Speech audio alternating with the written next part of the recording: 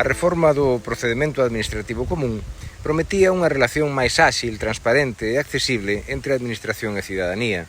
Porén, unha década máis tarde, a realidade dista moito daquela vontade. A digitalización, lonxe de simplificar os trámites, convive con listas de agarda que se eternizan, citas previas sen sentido e unha excesiva burocracia que mudou de forma pero non de fondo.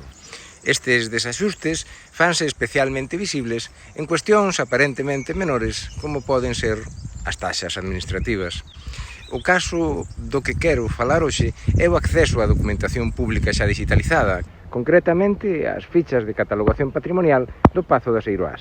Xestión que levei a cabo meses atrás e coa que me xurdiron múltiples dúbidas. E é que se o traballo consiste basicamente en facilitar un arquivo PDF xa existente, que é exactamente o que estamos pagando. Compre lembrar que a normativa establece que as taxas deben cubrir o custo real ou previsível do servizo en cuestión, pero sempre sen excedelo. É dicir, o servizo ao que fai referencia a taxa non pode supor unha carga para a administración, pero tampouco pode comportar un afán recadatorio. Pode parecer un detalle sen importancia, pero tamén é nestes pequenos detalles onde se mide a calidade real da relación entre a administración e administrado.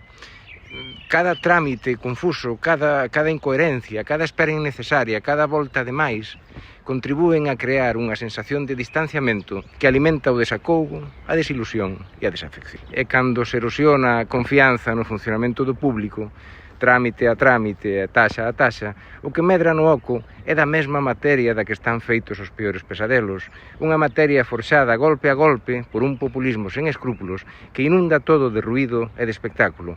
E sobre isto, os libros de historia son bastante claros, aínda que teñamos o teimudo costume de non relelos ata que xa é tarde demais. Podes ler o artigo completo no blog e suscribirte se desexas estar ao tanto.